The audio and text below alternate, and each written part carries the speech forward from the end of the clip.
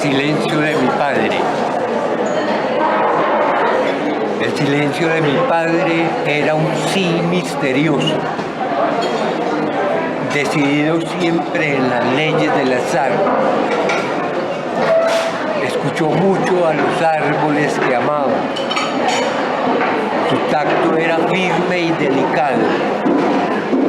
Un color tierno rubí en sus ojos.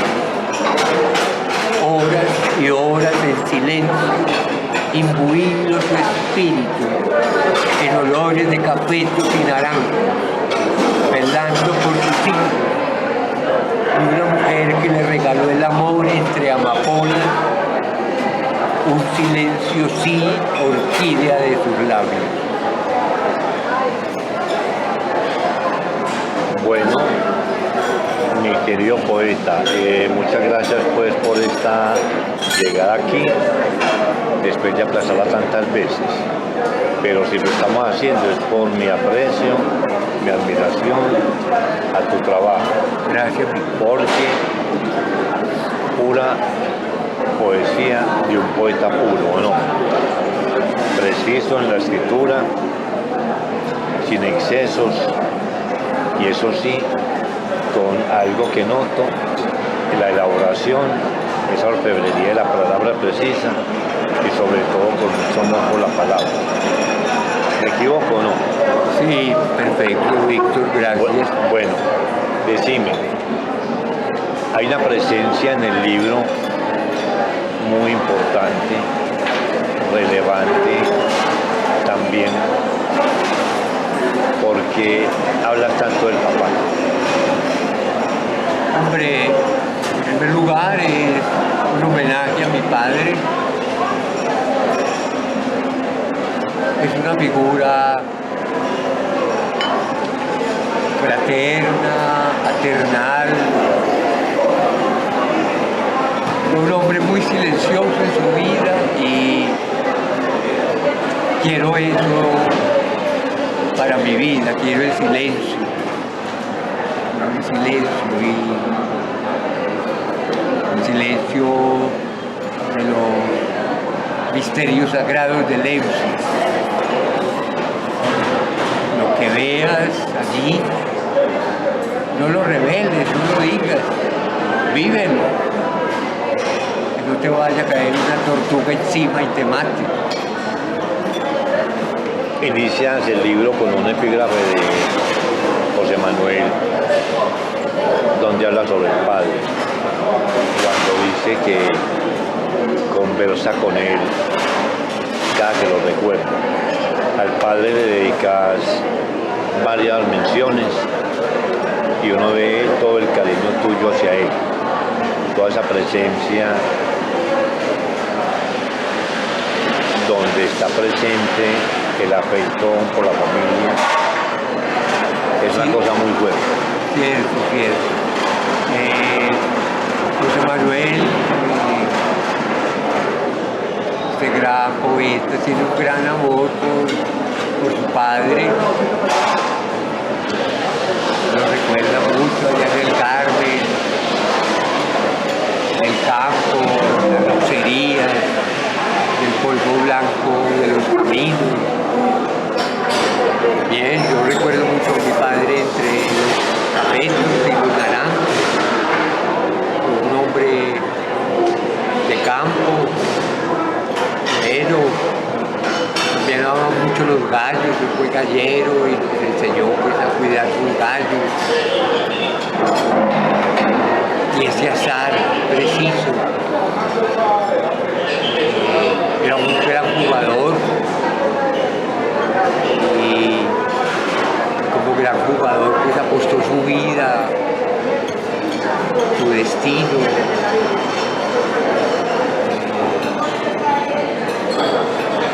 Y apostó todo, sus fincas, su ganado, ¿Cómo se llamaba tu papá Eduardo. y tu mamá? Trinidad. Porque es más presente tu padre que la madre en la poesía. ¿Así es en la vida real o no? No, realmente ambos están presentes en mi poesía, pero la figura del padre es capital por ese silencio. Y ese silencio es el silencio de la filosofía, el silencio de los poetas. Y añoro eso, vivir en el campo, vivir en silencio, amar los hombres que viven en silencio. Es una figura capital. Y recuerdo mucho, por ejemplo, a Virgilio y a Dante. Virgilio que conduce a Dante por las regiones infernales y purgatoriales y le acompaña hasta el paraíso. Y después en la poesía esa figura del padre Vicente Gervasi, por ejemplo. Es importante la figura del padre en el universo. Claro, es la reivindicación del afecto paternal, porque el poeta siente. Hay poetas que son muy intelectuales y pierden esa conexión con el mundo cercano. Hay algo en el libro que lo expresa de una forma contundente, que lo toca a uno, y eso es ya decir bastante, y es el paisaje de los árboles, los sembrados, las flores, los frutos, que lo llevan a uno al mundo paralelo de la tranquilidad. El tipo que está tranquilo en el campo piensa, ¿por qué es tan importante el campo para vos? Bien, Víctor, yo concibo la poesía como un paisaje interior. Entonces, cuando hablo del campo, de sus árboles, de sus frutos, de sus flores, lo hago no en una forma descriptiva. Para mí la poesía colombiana es a veces muy descriptiva. Y no nos hemos fijado en la imagen del poema. Y concibo este país como un gran paisaje interior. Y estamos llenos de crepúsculos, de ríos, de paisajes, de mar, de animalias, de símbolos. Y no hemos desentrañado muchas veces ese símbolo,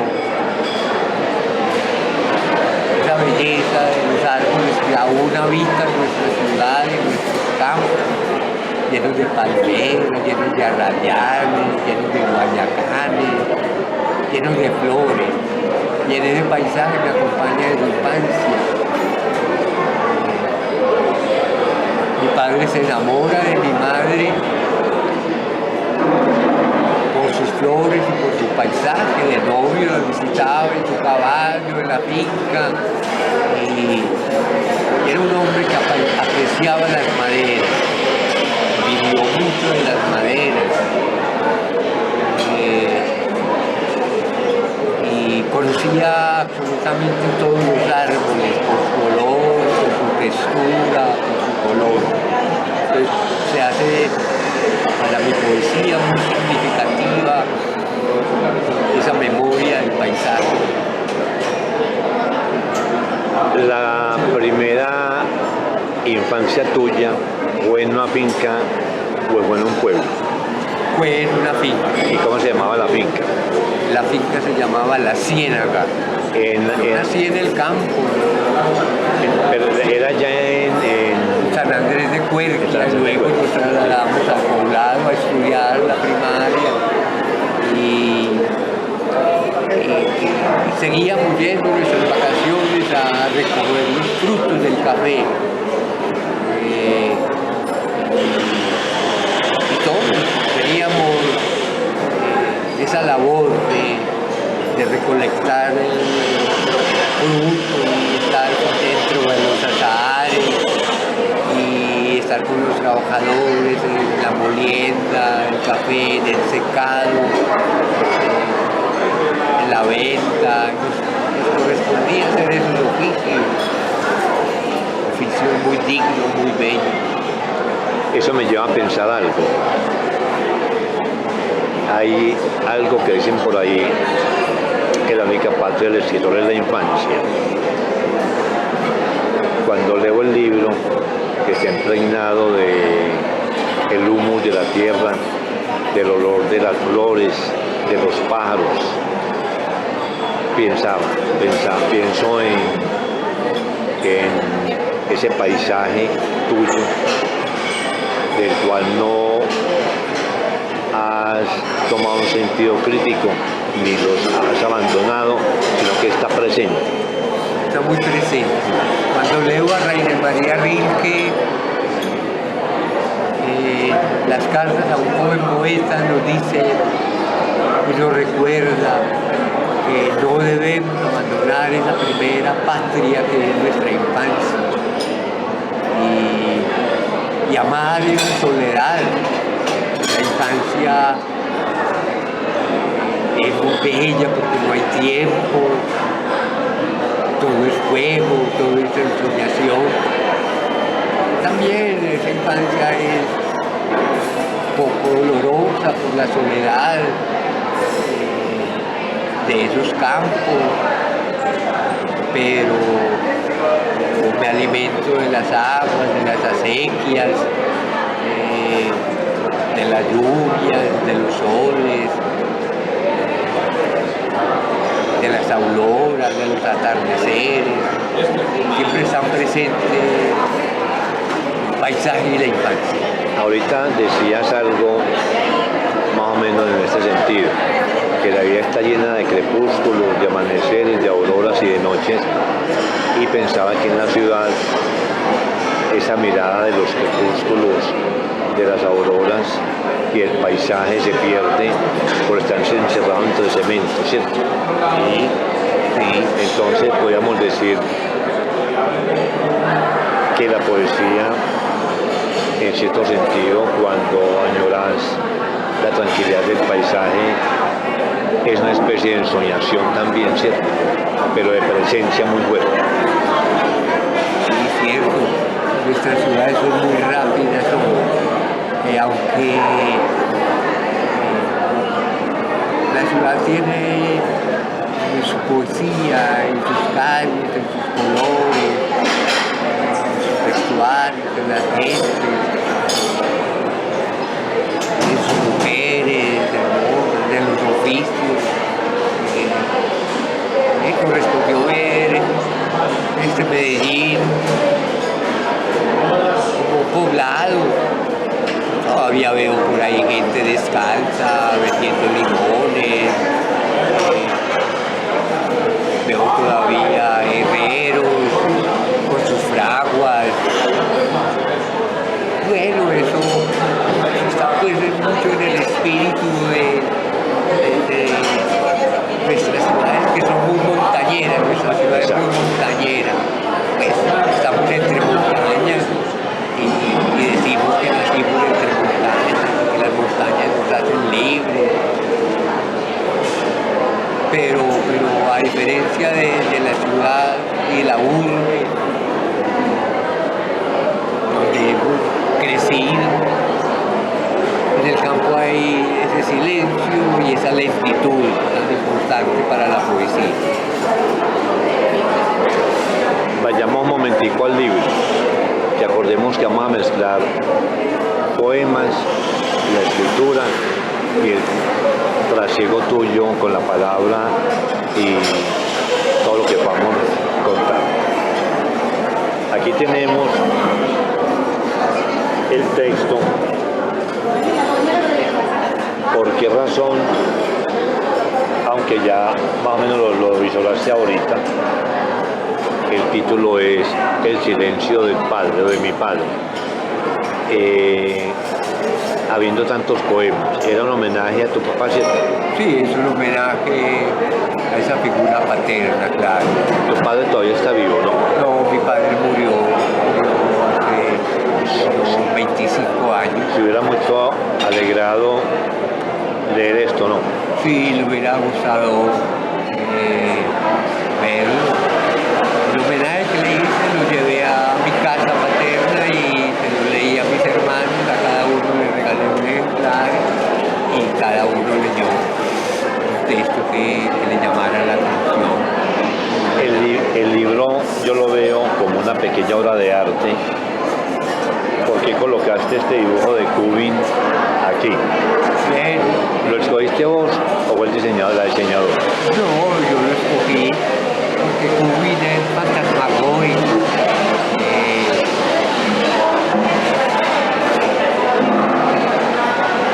Kubin dibujaba otra realidad, dibujaba una realidad interior. No era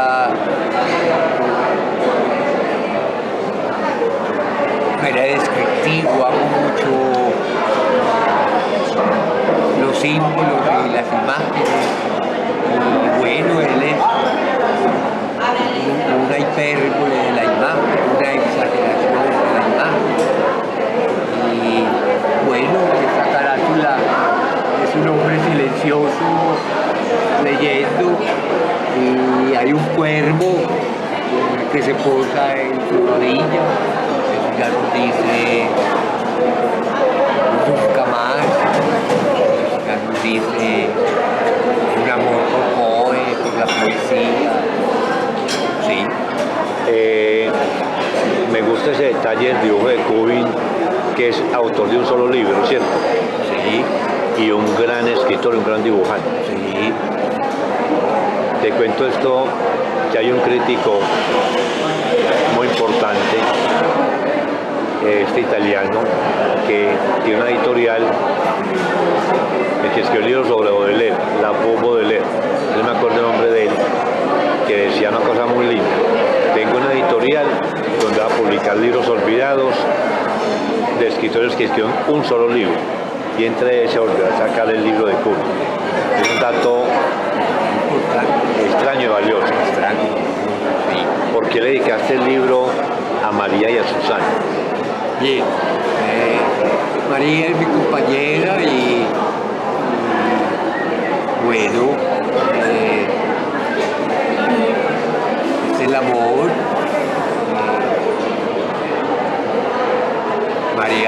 María Nube. Le digo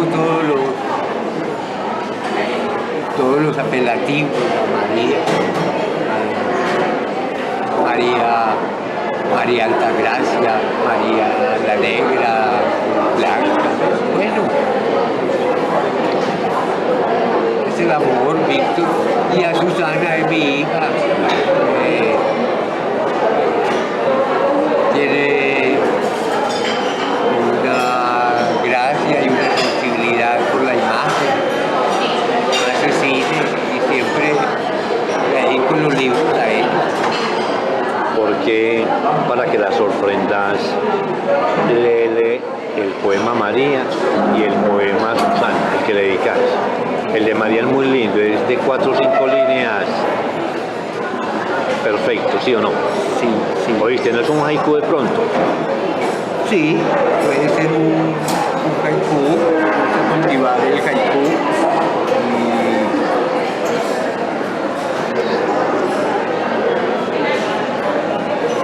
Se llama María Nube. Sí, María aún existe. es azul como el amor. Florecen los 7 cueros. Sí, es un haiku.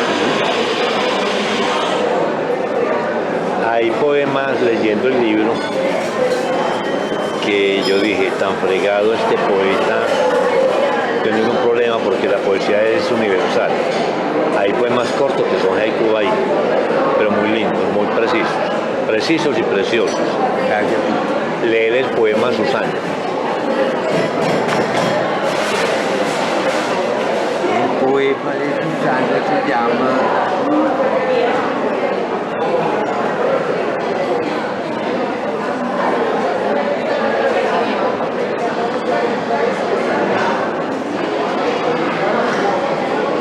El que le dedicas. Colibrí para Susana. Otro haiku. Colibrí atento al aroma del jardín. Todas las esencias de la Arabia me recuerdan. Un caminero en la huerta de la Alhambra. Hay algo, este poema habla sobre la libertad, sobre la esencia de esa persona, y es muy contundente cuando menciona la Alhambra, porque yo no la conozco, pues imagino que estuviste allá. Sí. Que es un lugar mítico, incrustado en la memoria de España. ¿Sí o no? Sí, está la Alhambra en la Córdoba lejana. Y la mezquita de la Alhambra es el lugar donde reúnen los poetas sufíes.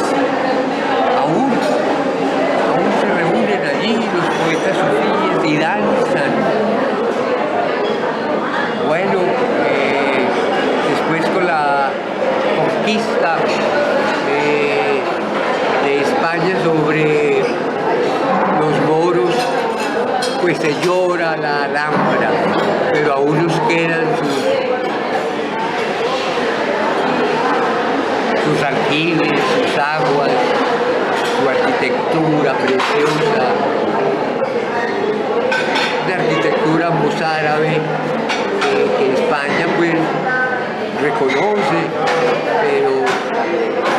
pero son 8 siglos de la presencia árabe en España, esa presencia árabe que llega a nuestras costas colombianas y que hace la poesía árabe en nuestro país.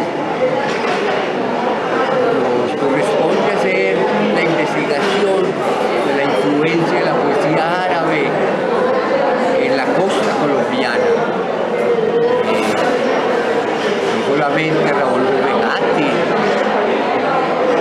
Giovanni Queser, Neira del Mar, Juan Josaín. La presencia es muy fuerte. Me respondiste una pregunta indirectamente, porque hay un poema donde hablas del Masuín, Sí, que hablas cuando queda el sacerdote que por las tardes me parece reza, ¿sí? Y también hay la presencia del Corán en tu libro, ¿sí? Que lo mencionas y que nombras a Alá. Decime, ¿de dónde viene esa lectura? ¿Por qué? Bien, Víctor. En el 92 se hace una convocatoria para celebrar el 5º centenario de América. Yo estoy en la Pontificia Bolivariana de la Facultad de Filosofía y Letras y mando un proyecto investigativo al Centro de Investigaciones de la Universidad, y ese proyecto resulta ganador de una beca del Ministerio de Cultura antioqueño en la Universidad estudiar. Voy un año al Archivo General de las Indias en Sevilla, España, y hago una investigación que se llama La poética del Rómulo, las crónicas de India. Y yo canto en esa poética la invasión, ni el esclavismo. Me importa descubrir la crónica de Indias, una poética. Estos hombres eran fascinados con un paisaje y con un bestiario que lo comparaban al bestiario medieval. Sirenas, amazonas, lugares encantados, llenos de oro. Y bien, sí, encontraron la realización de ese bestiario en nuestra América. Y entonces me pasaba los días en el Archivo General de Indias y en las noches me reunía con los poetas en Sevilla, y esos poetas contemporáneos son unos árabes, son poetas sufíes, y estoy con ellos y danzo con ellos y tengo mis abluciones con ellos y conozco entonces toda la poesía sufí, y me hacen un regalo precioso, me regalan el libro bendito, el libro sagrado del Corán, y soy un devoto de los sufíes e invoco el nombre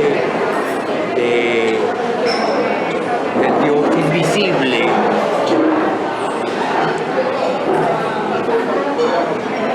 Y Alá les dé su gracia y su paz. Esa parte está muy interesante porque pensaba eso, ve que veía estas menciones del Corán, porque también hay otras versiones muy violentas sobre ellos, pero también es la dulzura de esa poesía, la paz, el sosiego, ¿sí me entendés? Sí. Que es muy relevante, muy presente. Entonces me respondiste una pregunta que te da hacer ahora sobre esas tres menciones. Vení, ¿le has leído los dos poemas a tu esposa y a la niña, no? Sí. ¿Y admiran tu poesía o no? Claro, claro. Sí. Expresiva. Interesante, ¿sabes por qué? Sí. Porque no hay gesto más amoroso que escribir un poema a una persona. Al escribirle, la invocas y la das presencia, ¿cierto? Bueno, hay una mención, solo una mención a Medellín, que es La Palma, que hablas bonito, de 4 líneas también. ¿Por qué tan poquito? No, Medellín está presente en mi poesía, en sus calles. No, pero me refiero a lo siguiente, que la sintetizas en 4 líneas, 4 o 5 líneas. Léelo. Junín. La palmera es esbelta. Un guitarrón es mediodía. Ningún relojero de esos que te arrebatan el tiempo. Vos recordás, vos que un callejero de Junín, cantor de Junín, escritor de Junín. Recuerdo mucho tu poesía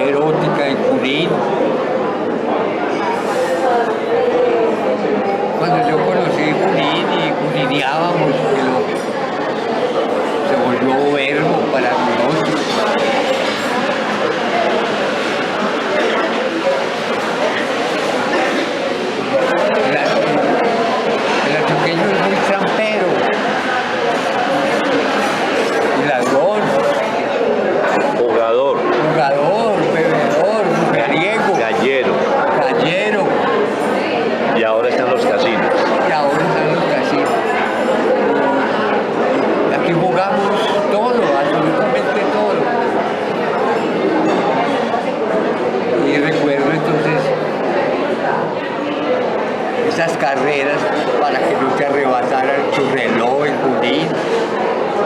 Eso. Es un relojero de esos que te arrebatan el tiempo. Bonito. Bueno, y recuerdo mucho las palmeras de Junín que dan a las ceimas del Parque Bolívar.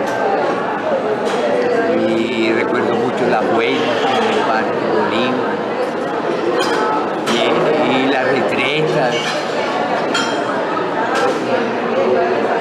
Hay algo que me sorprende, valioso,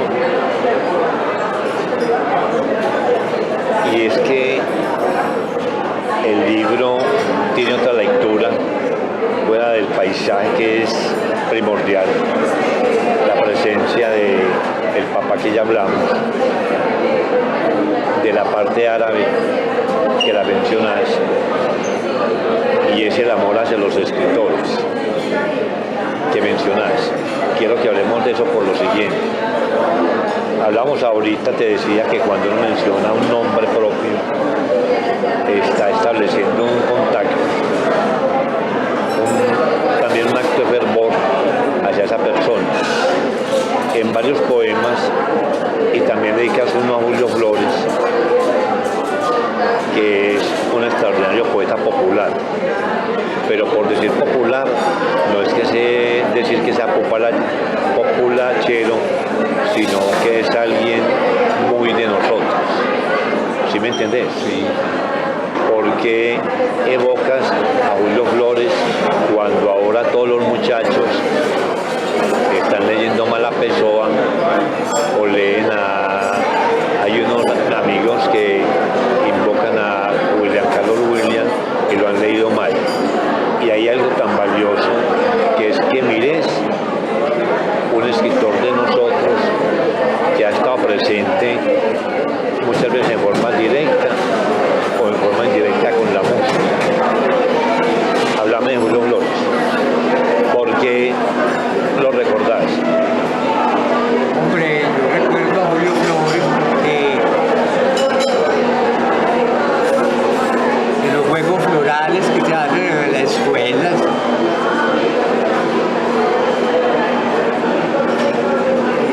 Se leía Julio Flores. Y esa presencia de estos poetas románticos, el romanticismo que ama la muerte. Trágicos también. Y trágico. La noche, los velones, los lagrimones. Bien, leíamos desde la infancia a Julio Flores. Y un día dije, bueno, pues este populismo debe desentrañarse, debemos leer nuestra poesía colombiana con un sentido crítico y mirar por qué es un poeta romántico. Porque sabemos de Julio Flores solamente que se reunía con sus amigos ahí en Bogotá, en el cementerio central, y que pasaban las noches tomando vino de las calaveras, de los muertos, y que se llevaban los huesos para sus casas y hacían libaciones, los aquelarres. No, es el poeta que invoca la muerte, el sentido trágico de la vida, lo que nos enseña Pierre Bénichou en el tiempo de los profetas, un romanticismo grande que acompañó mucho la poesía europea, española, y la poesía hispanoamericana tiene grandes poetas románticos, y dentro de ellos debemos considerar a Julio Flores. Y además tocaba guitarra y todo. Recordate que esa canción tan linda que es Mis Flores Negras, que es total, ¿cierto? Y luego,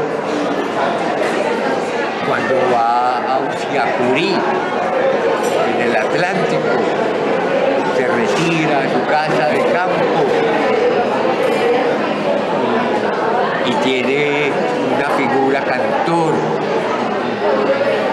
pequeño sinsonte que se le muere y lo coloca debajo del retrato de Simón Bolívar.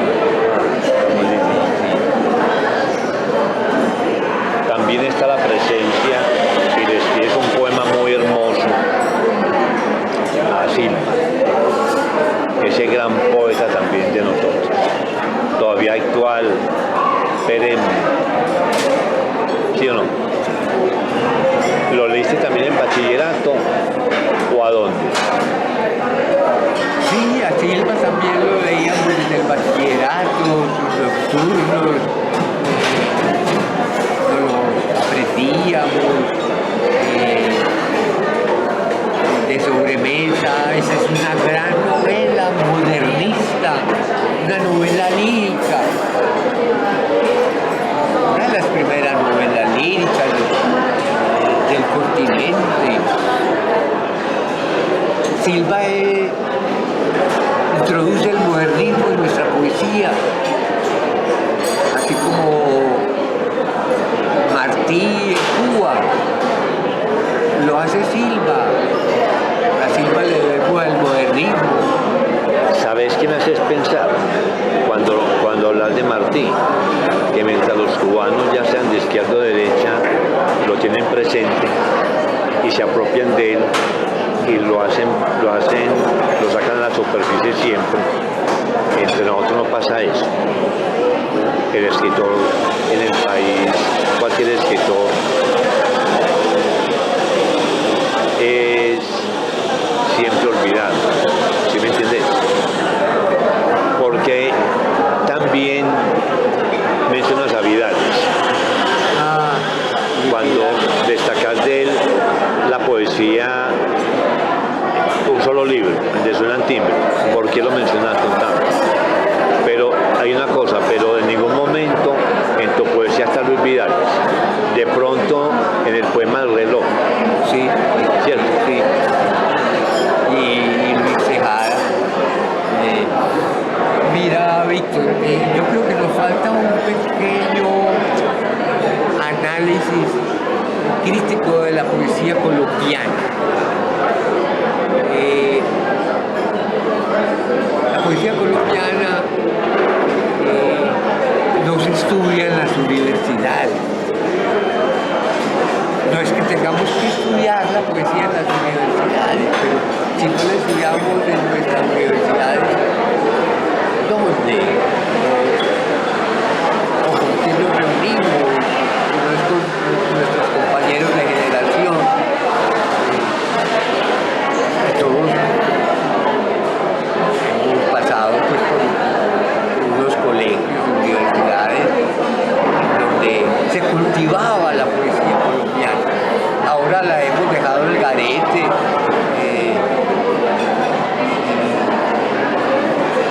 Y estamos bien privilegiando otro género de la literatura, que es también.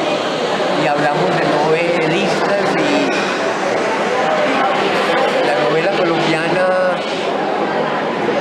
es muy pobre.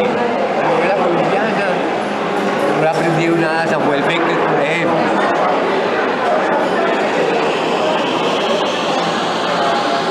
O a William Faulkner. Bueno, William Faulkner, digamos así, Gabo lo reivindica, pero la nueva novela colombiana es una novela anodina. No hablemos mal de nadie, porque esa no es la misión del poeta, pues el poeta es amigable con el otro, sincero con el otro, pero te falta ese rigor crítico que debes estudiarlo. No tienes que pasar por la academia para estudiarlo, pero debes estudiar el sentimiento lírico, el sentimiento trágico. Bueno, quizá no hemos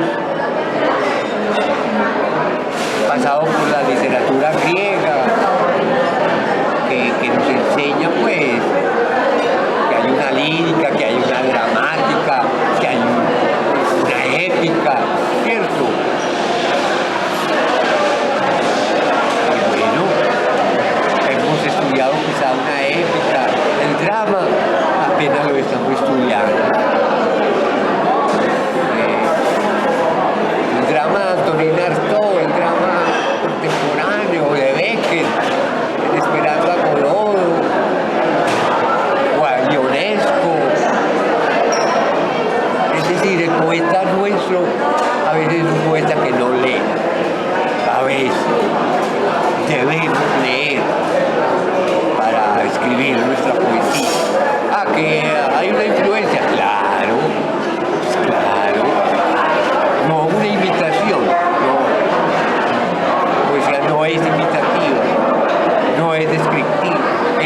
imaginativa, hija de la emoción.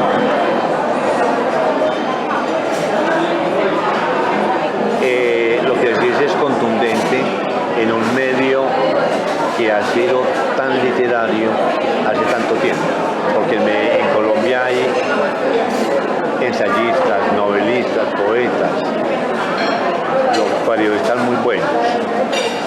Pero el ensayo es un género olvidado y hemos tenido nuestros más bellos ensayistas, Cayetano, Baldomero, Sanicano, maravillosos ensayos, Hugo Borda, Germán Arciniega, que es el primer embajador de la poesía y la literatura en Colombia, es un gran ensayista. ¿por qué querés tanto a Don Clay? ¿Por qué querés tanto a Don Clay? Que lo mencionas varias veces. Ah, bueno, estos poetas alemanes.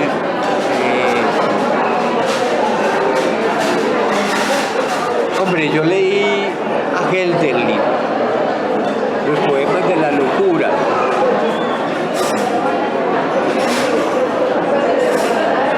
Leí a Chile. Y esta generación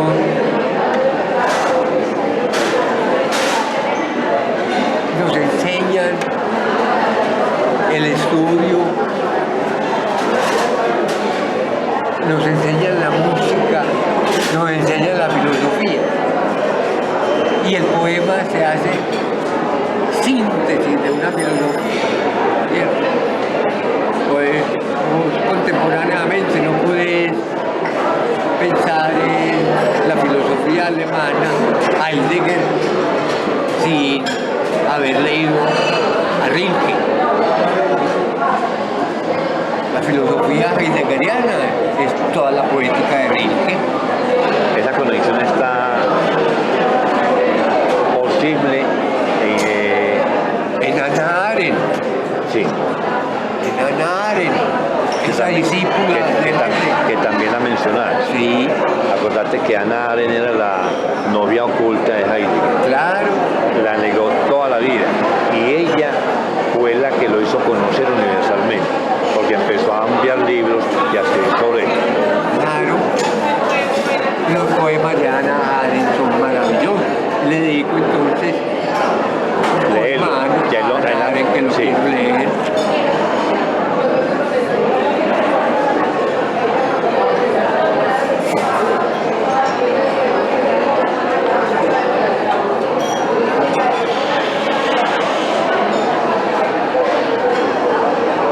Hannah Arendt, vienes con tu voz clara de agua, también derramas un dejo pesaroso, y es que no hemos escuchado los llamados más profundos, las lágrimas de los abandonados, la oración de la ardilla nos traiga sosiego. La alegría de un fruto rojo no falte en tu mesa, y piensa en el abandonado a quien le negaron su caricia. La pureza de la dicha te sea regalada sin el llanto del otro. Allá en el fondo del túnel escuché, a mi padre lo mataron a los 35 años, y ya en la luz y en el calor de las montañas, flores leves en el viento. La noche aciaga que de atrás, atrapada en el túnel de los abismos y las lágrimas. Me gustan los postres con chuvas y las tardes almendradas. Sé que debo perseverar. Insania, sacar oro de la mina para decorar altares dorados recuerdos, y en la puerta del templo la indiferencia. Está muy lindo. ¿Sabes que me gusta algo? Cuando la mencionas, hay este dato. Acordate por lo que hablaba usted de Heidegger, que si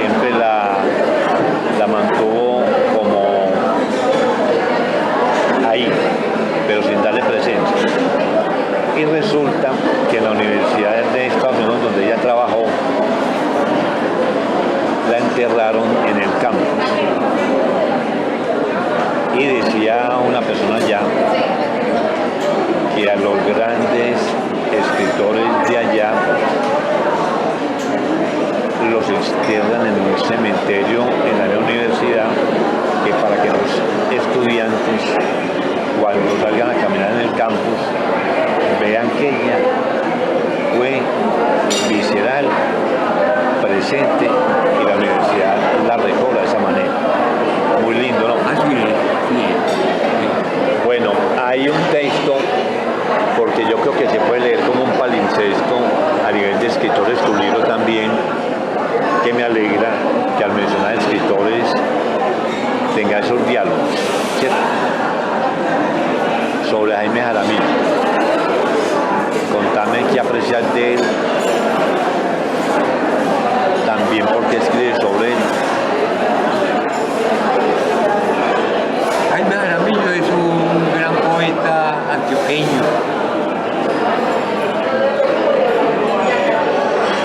y un hombre ejemplar por su ascetismo, por su pureza, por su silencio, por su sarcasmo, por su ironía, por su labor pedagógica de la Biblioteca Pública Piloto, con el taller. Ese taller pertenecí durante 2 años. Cuando él viene de Cali, hace la convocatoria para ese primer taller de poesía en Antioquia. Un taller que sostuvo durante 30 años. Bueno, ese primer grupo era un grupo de 10 muchachos. Recuerdo a Edgar Trejo, recuerdo a José Libardo Porras, recuerdo a Luis Fernando Macías. Bien, una gallada que todos los sábados, durante 2 años, nos reuníamos en esa labor pedagógica que hace Jaime. Hombre, no sé por qué Pablo Montoya pues discrepa un poco de él. Pero eso no importa, pues, si somos, como hubiera dicho pues esas palabras en vida, pero después he muerto, ¿para qué derramar pues lágrimas? Siendo Pablo pues un poeta,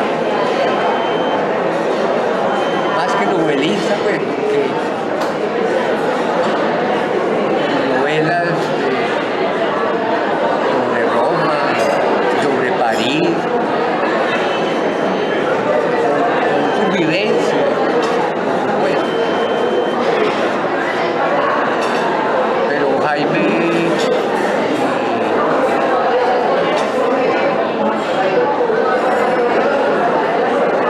Jaime nos recuerda a esos poetas místicos.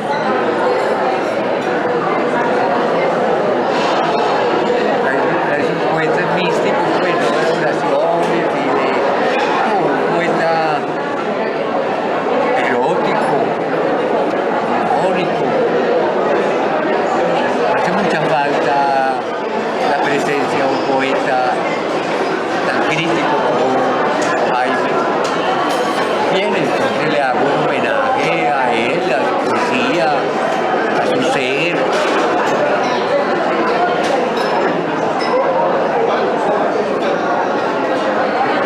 Bien, es un hombre que se hizo querer por los demás poetas y por las gentes, no solamente en ese movimiento dadaísta. Para mí es uno de los grandes poetas, con Eduardo Escobar y Amílcar Osorno, del movimiento dadaísta. Pero Jaime es un padre de la poesía. Demos un brinco hacia Dante. La única heroína que mencionaste en el libro es a Beatrice Portinari. Yo recuerdo en un texto de Borges, cuando ella lleva de la mano a Dante por los círculos, que ella cuando se va a perder lo mira y tiene una sonrisa, que es una cosa, es una escena potente en la literatura y en el sentido. ¿Por qué te gusta Dante? Es un maestro, pues un clásico. Hombre, Dante es el maestro del dulce estilo nuevo. Es un innovador, un poeta que desecha el latín sabiéndolo para escribir un poema en una lengua vulgar en toscano.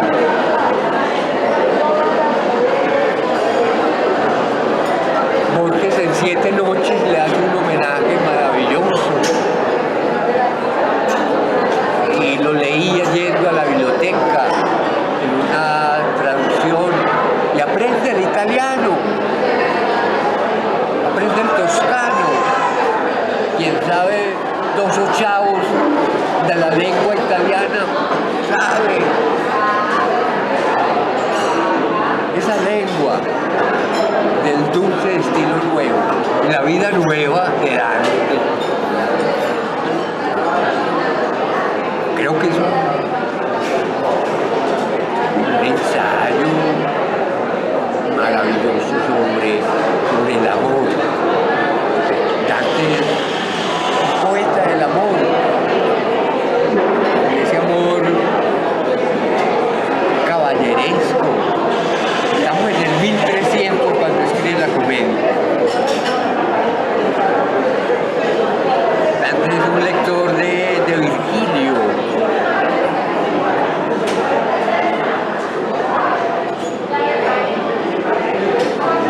Bueno, ya Dante sí lo leí en la universidad, se me hizo un poeta tan grande,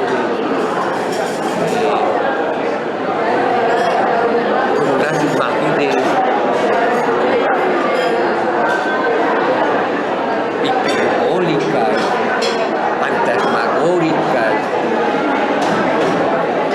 ese infierno condenando a los envidiosos. Él no condena, él no es un juez, tampoco describe. Pero se venga con ellos y lo manda para allá. Claro, claro. En el síntesis es un moralista. No, ¿cierto? sí, son posturas políticas del zorro Dante. Dante es un viejo zorro. Hay unas 3 o 4 reflexiones con poemas a bordo sobre la poesía, sobre lo que es ser poeta, sobre lo que es escribir. Es interesante porque hay que definir voz de cuerpo entero. Léeme un poema de los 3 sobre la poesía que tenés. Escoge uno.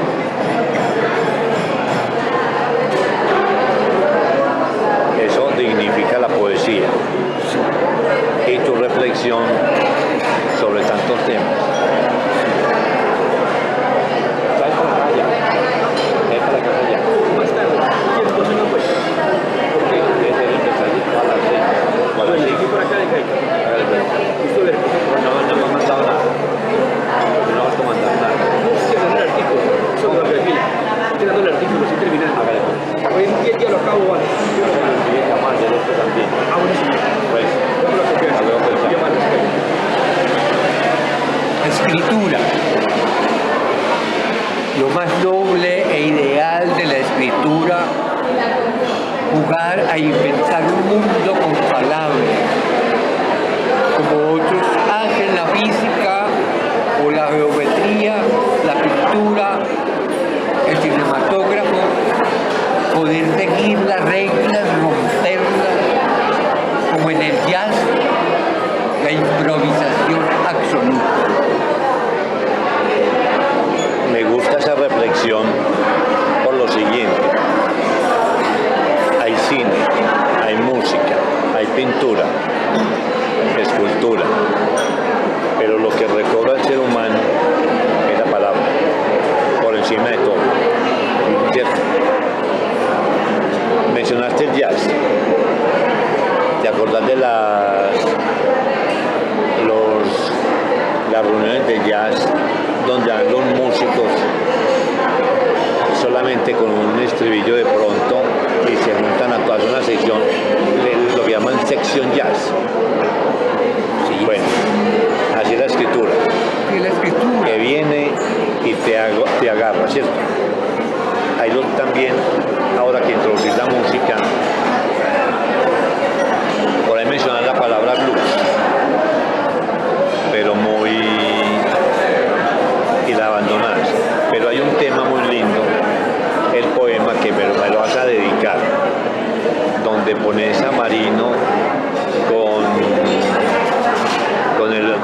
bandoneonista con el gordo Pichuco, que me mataste con ese poema. ¿Sí o no?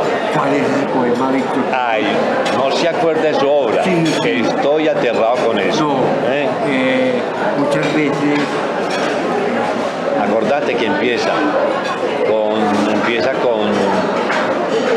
lo que llama tango, no sé. empieza que hablar de Marino, que es un gran cantante, y de Pichuco, ya con que le gustan los tangos.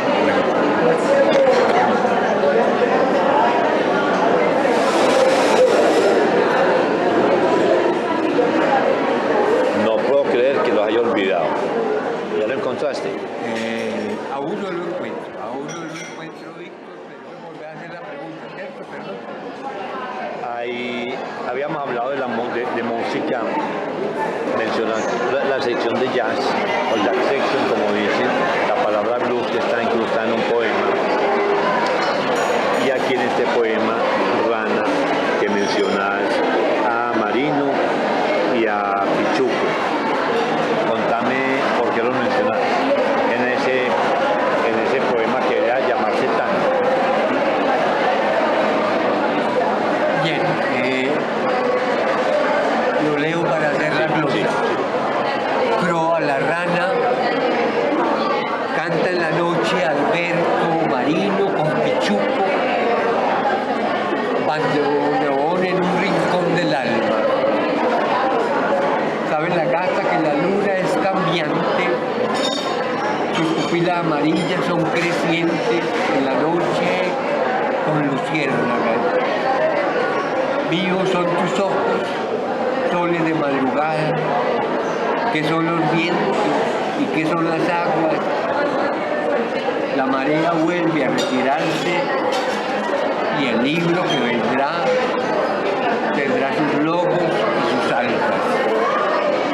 Y en ahí la referencia a Alberto Marino y a Pichuco, el gran bandoneonista Pichuco.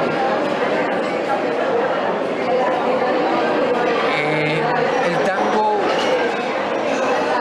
es negro, el tango es trágico, el tango es gitano, el tango se metió en nuestras montañas.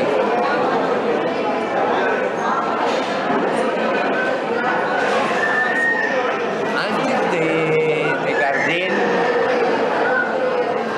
venir a Medellín y morir en Medellín, ya estábamos llenos de pasillos, de boleros.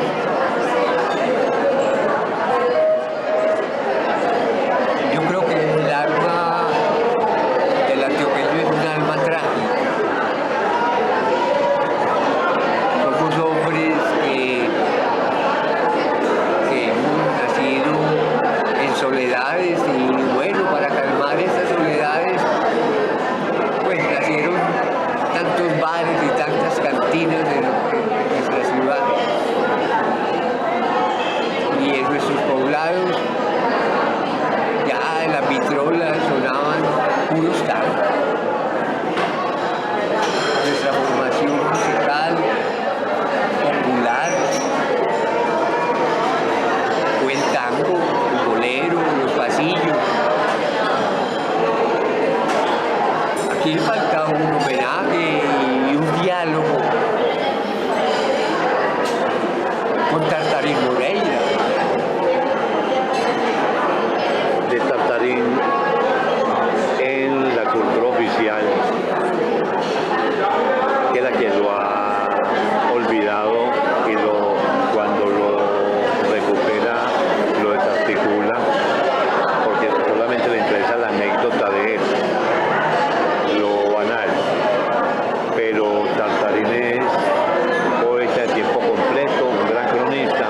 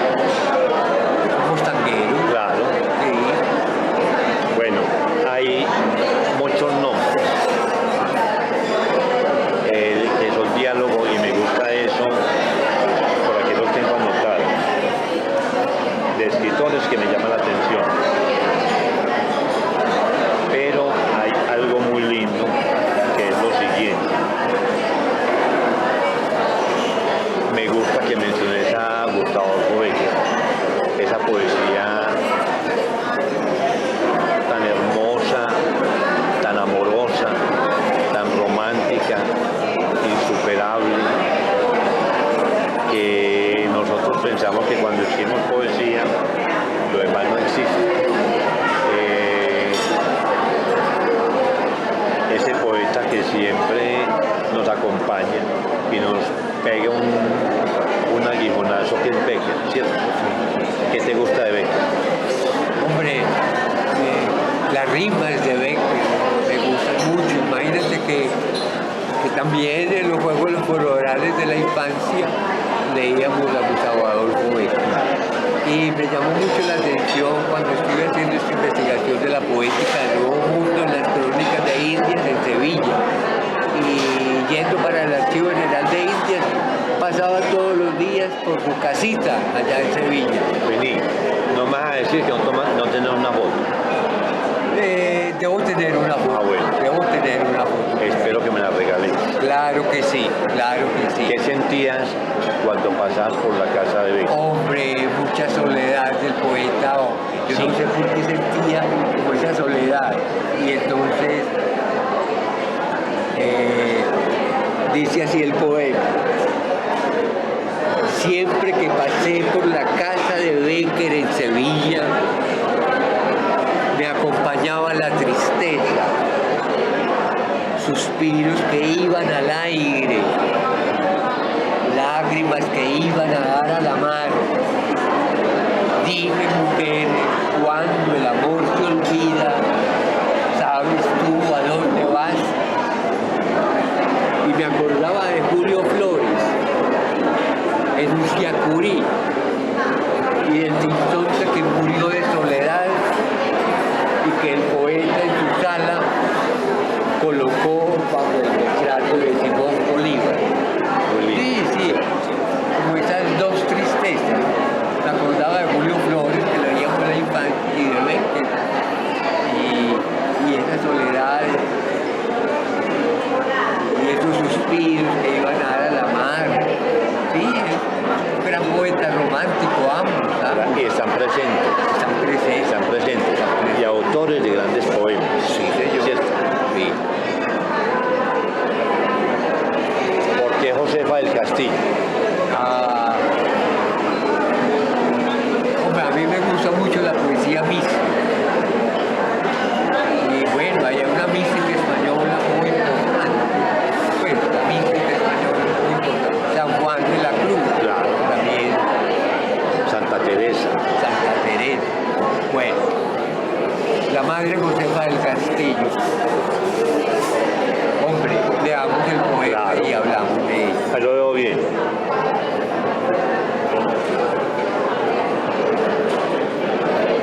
Los tormentos de la Madre Josefa del Castillo. Leer novelas de aventuras en un gallinero de Tunja. Salir de monja a la calle siendo niña. Una vez en el convento, escribir su vida. Hacerse esposa de un mártir en el Gólgota, en el reino de Bacatá, soledades y espinas. En la noche interior sale de su casa como si fuera un suplicio. Su padre llora, su madre enferma de gota de coral está hecha un mar de dolor y llanto. Le parece que está en el infierno o cárcel de la Inquisición. Ni aún el día la alumbra. Las monjas la escupían y le decían cosas muy sensibles al pasar. Solo comía flores. Hombre, es la historia del misticismo, de las envidias, las mismas que le tuvieron a San Juan de la Cruz. Tenía un papel, una vela para escribir, una luz, y hace un cantar de los cantares nuevos. Lo mismo la Madre Josefa del Castillo, una niña.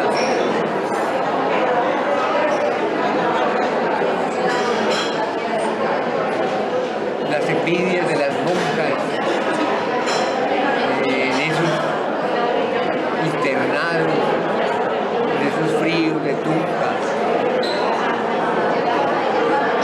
en ese medievalismo chicha bogotano que aún hasta Luis Vidal llegaba, en plena modernidad o en pleno surrealismo. No se imagina a la madre Josefa del Castillo haciendo su vida, escribiendo su vida. Yo leí la vida de la madre Josefa del Castillo y me conmovió. ¿Qué libro leíste de ella? ¿Qué biografía? Contame. Se llama Mi vida. ¿Es de ella misma? Sí. No lo conozco, tengo que leer. El confesor, el fraile confesor, le pidió que escribiera su vida y se llama así, su vida. Mi vida. Un documento precioso debe ser, ¿sí o no? Sí. Hombre, y tengo una edición preciosa de, no recuerdo la editorial de Bogotá, pero está firmado por un Gabriel García Márquez, un libro callejero. No te puedo creer. Sí, señor. No, tendría que preguntarle a un grafólogo cómo es, pues, confrontar la firma con la de Gabo. Pero bueno, anécdota. Acordate que los libros caminan. Los libros caminan. Pasa un momentico. Conmovedor tu descubrimiento, la forma como lo haces y cómo nos traes la presencia de la madre Josefa del Castillo. Esto me lleva a algo que casi se me olvida. Cuando hablas de la poesía mística, que es el recogimiento, en el silencio, la reflexión y la honestidad del poeta, donde expresa ese yo trascendente, ¿cierto? ¿Por qué le dedicas al padre Gabriel Montoya un poema? Léemelo y decime quién es el padre Gabriel Montoya. ¿Cómo me vio? Muy bien. Ay, hombre.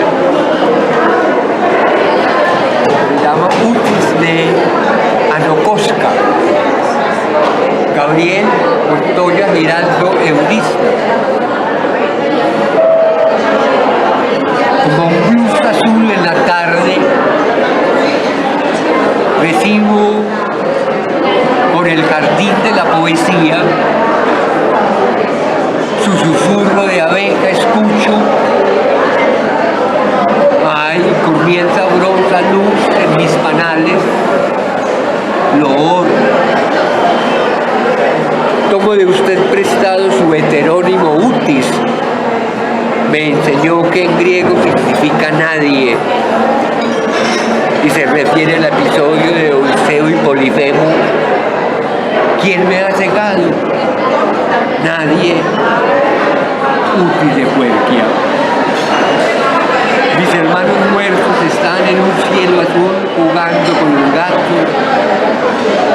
Buscaron el lenguaje del bien, de lo bello. También en el sufrimiento, en el humo de la tierra. Cantaron y rieron para alejar la tristeza y traer a su tierra natal una luz memoriosa, alegre de pájaros de los cafetales. Contame, háblame de por qué escribiste ese poema, quién es el padre Gabriel Montoya. Padre Gabriel Montoya fue mi profesor de latín y griego y un gran poeta, anónimo, olvidado, pero él en ediciones muy sencillas, cada año hacía un librito de poesía mística y uno de ellos se llama El Jardín de la Poesía, la hermosura de título. Y como un blues azul en la tarde, para mí el blues es azul. El blues es místico.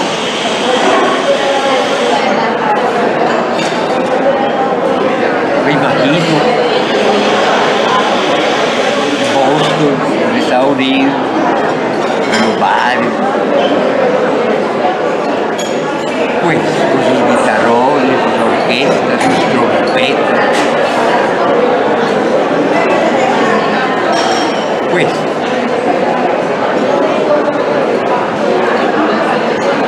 una santidad en la poesía para mí, la poesía exacta.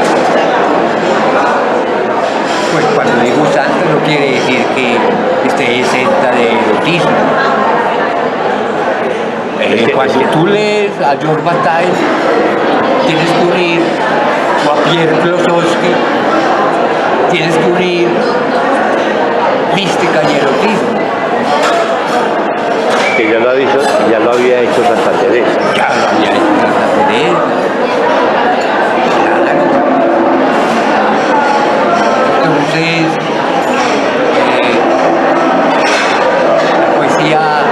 la poesía negra en el blues es sagrada, es santa. Toda la poesía es sagrada, ¿viste? La buena poesía. La buena poesía. Y la poesía responsable. Y la poesía responsable. Sí, señor. Léeme el poema que más te guste del libro, ya para finalizar.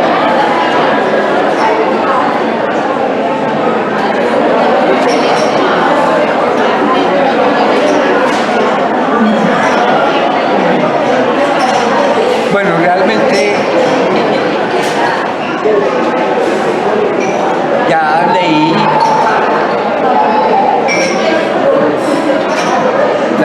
Los tormentos de la madre de Josefa del Castillo, personalmente me gusta mucho. Ese no lo has leído. Sí, Los tormentos de la madre de Josefa del Castillo, sí. Bien, Uno que te defina a vos. bueno, señor.